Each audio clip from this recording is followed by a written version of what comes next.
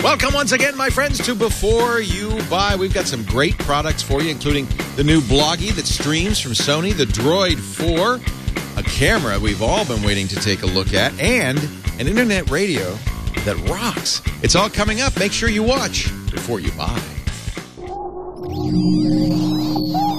Netcasts you love. From people you trust. This is TWiT. Bandwidth for Before You Buy is brought to you by Cachefly at CACHEFLY.com.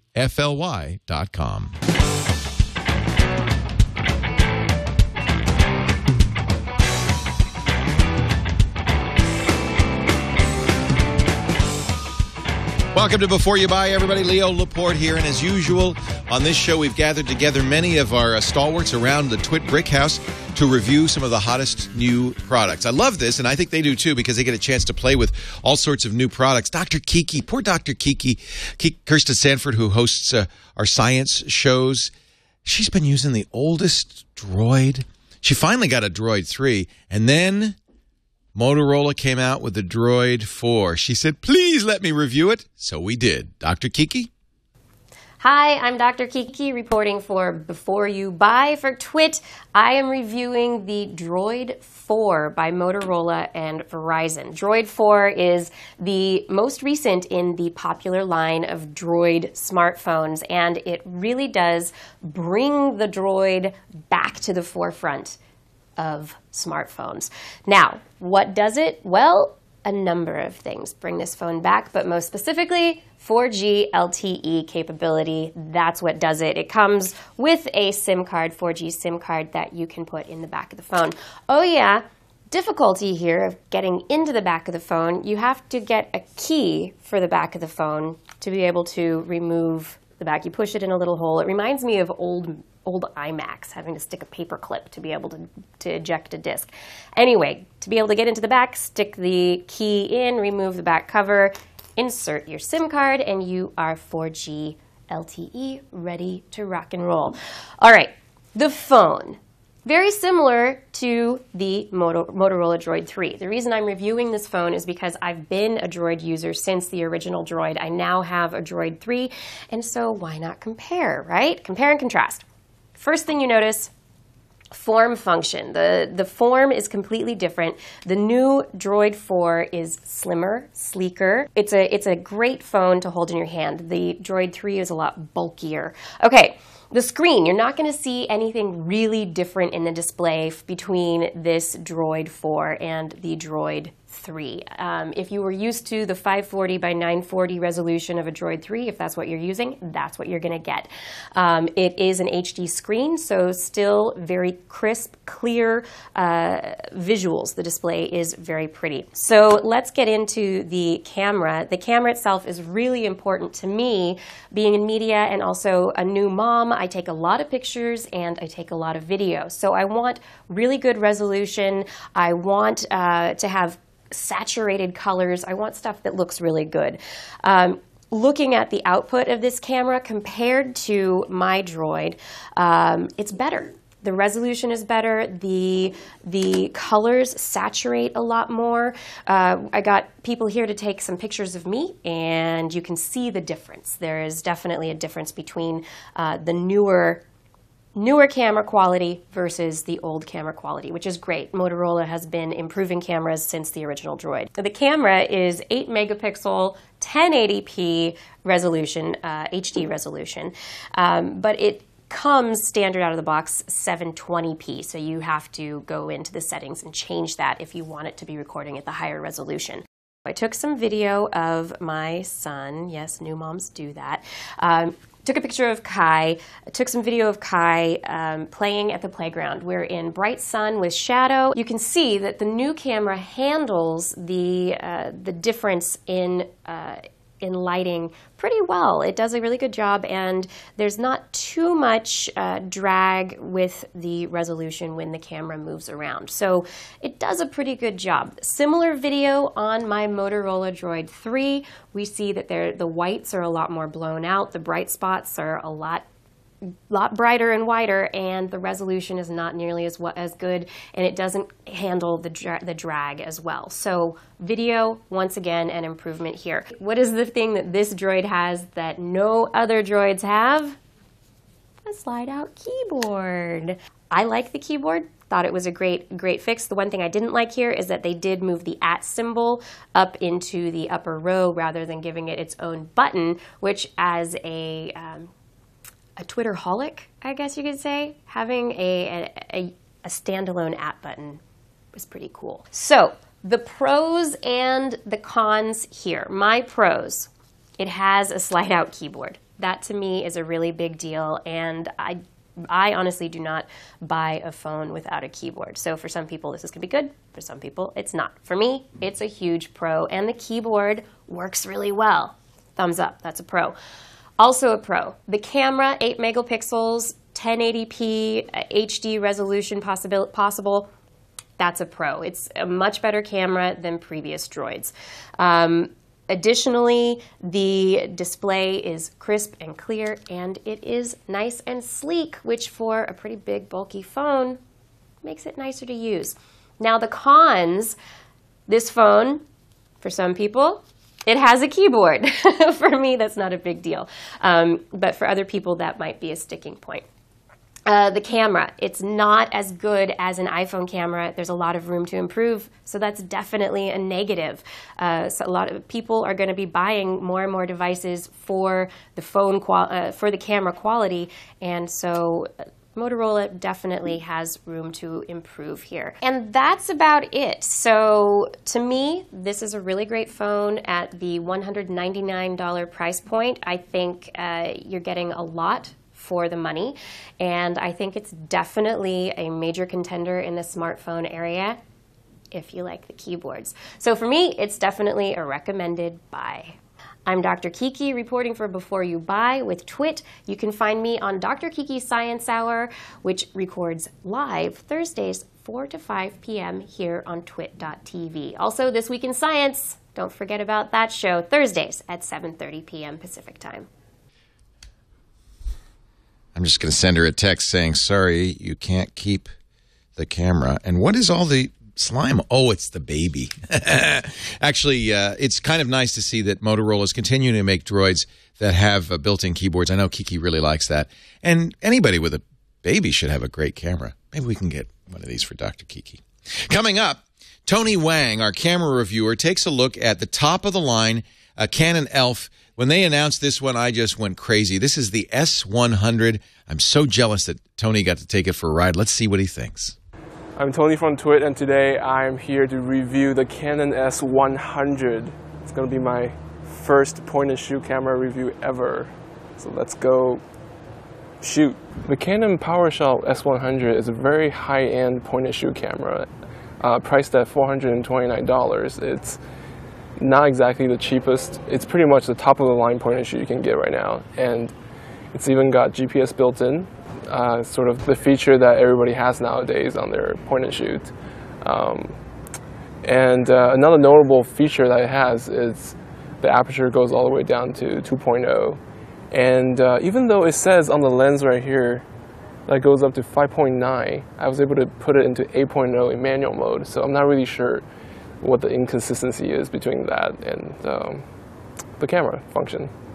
The zoom on the camera is pretty typical at 28 to 105 at 5x optical zoom, and of course it's got built-in image stabilization, which works really well in still photography as well as video recording. And speaking of video recording, it does do 1080p at 24 frames per second, and there is a special faster slow motion recording mode at 120 frames per second as well as 240 frames per second.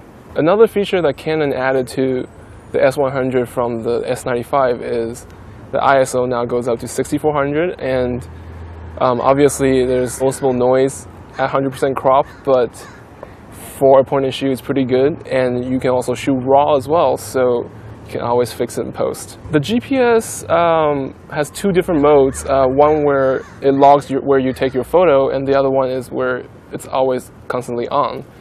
I had a lot of issues with the GPS where it just doesn't work indoor at all, period. The autofocus on this camera is surprisingly fast. I tested it side by side with another point and shoot, which I'll be reviewing later, and this is almost twice as fast. And as fast as a digital SLR, if not at least a Micro Four Thirds. My favorite feature of this camera is this function ring right here, where you can actually set it to any option you like. I always shoot with this set on aperture priority, but you can actually change it to your ISO speed, or even to your manual focus, or your exposure compensation, white balance, or even zoom. You can zoom with this ring, so that's pretty awesome. I find myself, even when I'm not taking pictures, just turning the ring. I just like the way it clicks. It's got very good tactile feedback. So the pro of this camera is that it's got a huge aperture at f2.0. I mean, I never heard of any point and shoot that has f2.0 at all. And this aperture ring, it's so functional. The con of this camera is that the GPS just doesn't work indoor whatsoever. I can't get it to work, it just doesn't work. And that's the only con I have. Buy, try, or don't buy, go buy this camera right now. If you don't have it, go buy it. You're looking for a point and shoot, this is the camera for you. I'm Tony for TWiT, and this is the Canon S100.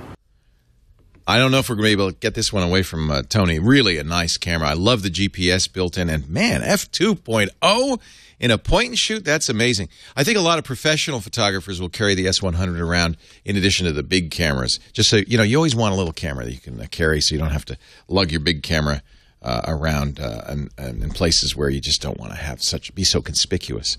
All right, get ready. We've got a couple of short reviews. We're going to do these just a little bit, kind of a synopsis of these reviews. If you want to see the whole thing, you can go to our YouTube channel, youtube.com/twit, and see the full deal. Eileen Rivera is going to review this new Sony Bloggie camera. This one's got live streaming. That should be interesting. But we'll kick things off with Chad Johnson, our own board op, with this new, really big Jabra headset. Did you like this? What do you think? Chad? Hi, my name is Chad Johnson. I'm with TWiT and Before You Buy, reviewing the Jabra Supreme Bluetooth headset. Let's start off this review with the hardware. This is the headset. It's fairly large, and some of the features that comes with it is that it actually folds up, so you can store it. The earpiece, it originally comes with an earpiece without these two little feet on it. So these little feet keep the device inside of your ear and not flopping around. If I don't have it in, it sort of just kind of it looks silly and it doesn't really work that well. Hey, you over there? Over there? Okay, that's great. Blah, blah, blah. Let's get into the pros and cons of this device. It's comfortable and light, which was a very nice feature. The voice control worked very well, and I was really happy with it. And the voice back to me was very useful, and I could understand just about everything that was going on with my device. And the last pro is that it does have really good audio quality. With a device that's touting HD voice, it does sound actually really good coming through the headset. So for the cons, this is a large device. It's one of the largest Bluetooth devices that you can buy, and it's pretty noticeable sitting in your ear. If you don't want to look like a douchebag who's just going to pick up a call at any second, maybe this device isn't for you. Also, it's rather expensive, coming in at $100. It's one of the more expensive Bluetooth devices on the market, although it has a lot of features to overcome that expense. Buy, try, don't buy for the Jabra Supreme Bluetooth headset. I'm going to say try.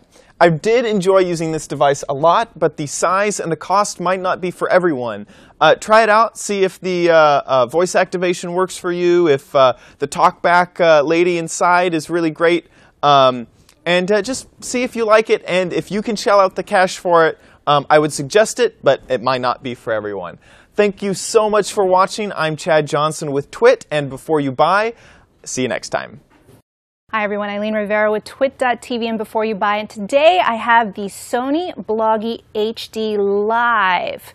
that sounds familiar. That's because Sony released the Sony Bloggie just last year, and there is a twist to the new version. I'll get to that. Otherwise, the rest of it is pretty similar. 12.8 megapixel camera. It actually can record video up to 1080p, and what's great is that while you're recording video, you can also snap photos at the same time.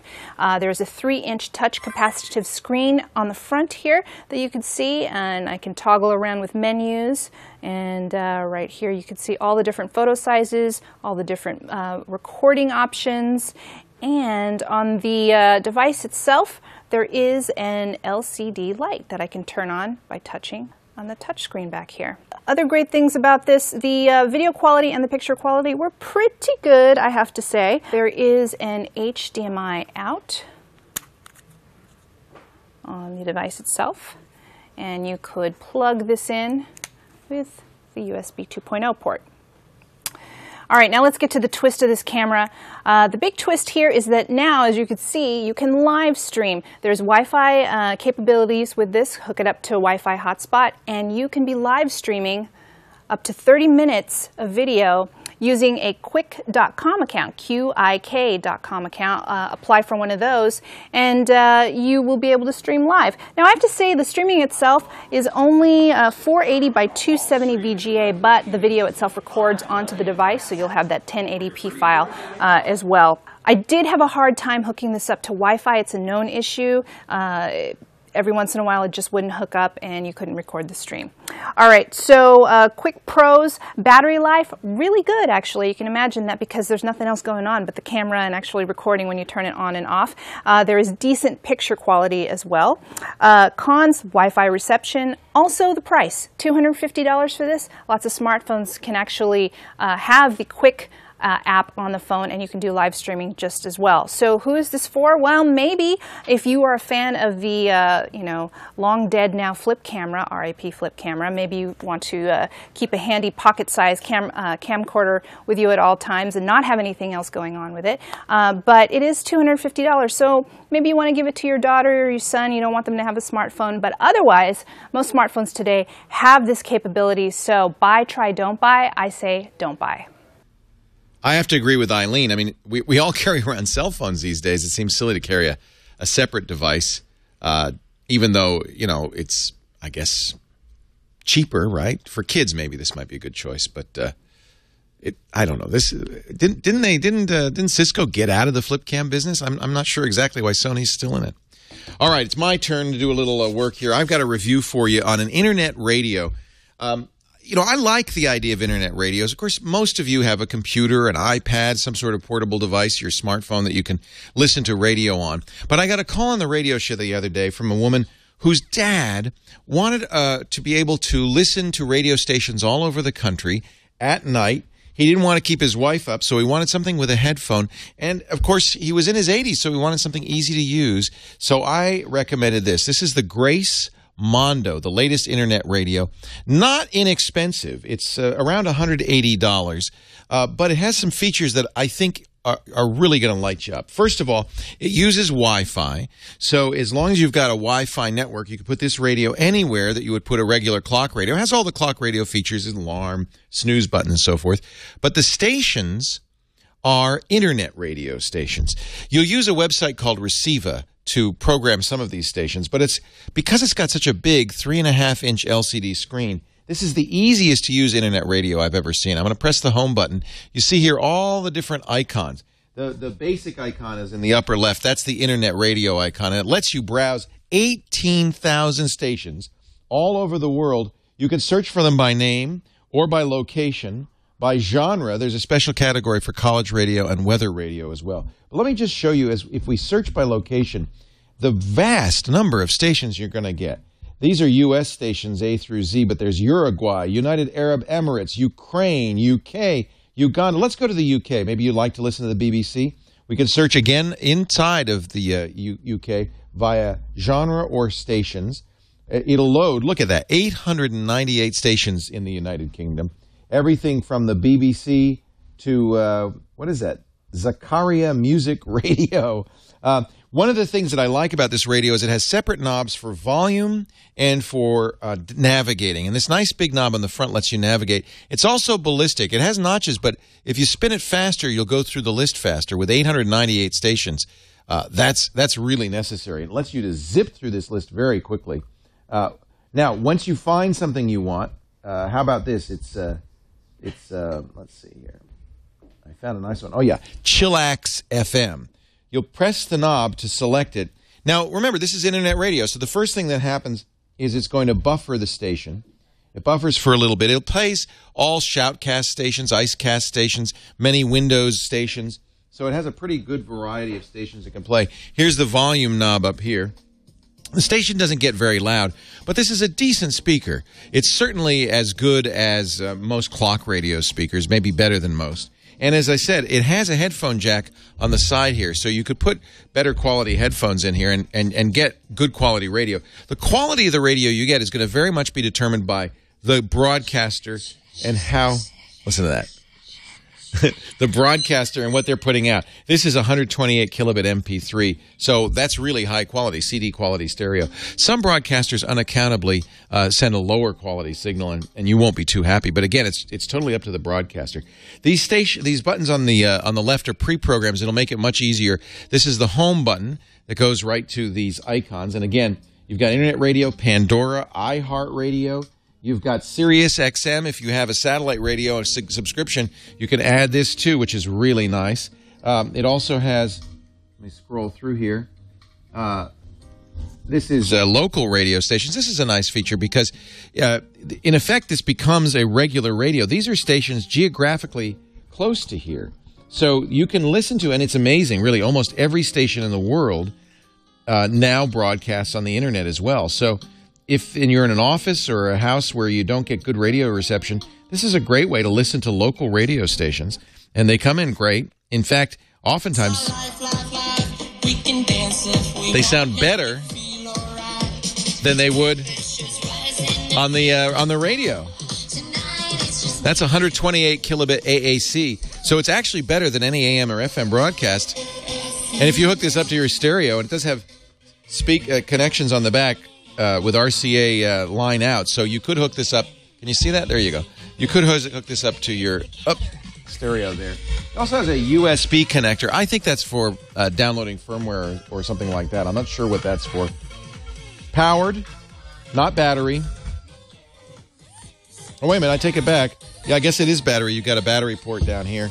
And aux in as well, so you could use the speaker if you had some other input, maybe an iPod or something like that.